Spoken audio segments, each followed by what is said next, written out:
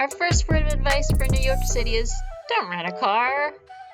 If you can find parking, the price is ridiculous, and there's a reason why people are always swearing on the streets.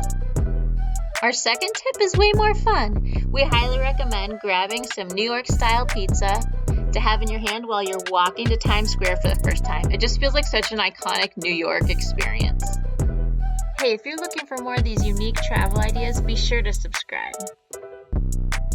One thing lots of people complain about when they're visiting New York for the first time is how much walking there is and how sore their feet are by the end of the day.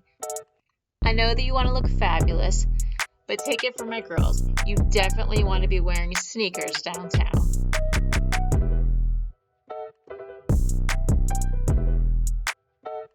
If you're planning on getting some souvenirs, we highly recommend shopping around. So say there's a shirt you absolutely love near Times Square, we guarantee you there's going to be many more shops with that exact same shirt. Neighborhoods that aren't as fancy, like say Chinatown or other places similar, they'll have the same exact shirt as the one in Times Square for $10 cheaper, and you might even be able to talk them down another few dollars. Did you know that New York is considered the bagel capital of America? Well, if you're in the bagel capital, you gotta try some bagels out, right? Yes, please.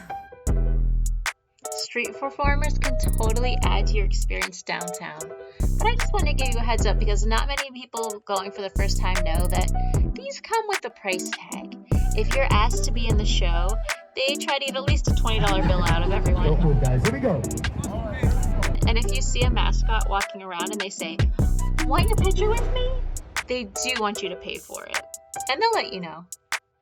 It's natural not to know that you can see the Statue of Liberty with a great view for free because there's so many people around town and agencies trying to get you to take one of their boats to go out to Staten Island for a charge. If you want to go right to the actual island, touch the statue, sure, there's a fee. But if you take the Staten Island ferry, you can see the Statue of Liberty without any cost. Let's have a quick chat about how to ride the subway. So first of all, you want to know how to get from point A to point B? Just Google it, and they'll tell you which train to take.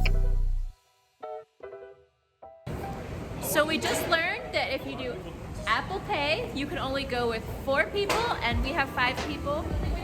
So whoops, but that's how we got on, is Andy put his wallet, Apple Pay, to the thing. Easy way to get through if you have 4 or less people. Basically, just make sure you have a contactless credit card for every group of 4 people. Are you curious how to get a good deal on Broadway tickets? So are most people. So there's lots of apps that can help you, and getting a ticket the week of your show can definitely help. There's several apps for discounted tickets, but the ones with the lowest prices for us was SeatGeek. Buying tickets that said obstructed view totally brought our costs down more, and literally out of the whole 2 hours, it was like 30 seconds that I had a hard time seeing. We have a little trick that helps with rideshare, whether using Uber or Lyft. If you walk away from the main parts of town, for example, like Little Italy when it's one-way streets, or from Times Square, Bryant Park, walk away a couple blocks and then schedule your Uber ride. Your costs will go way down. And the drivers can get to you more easy too.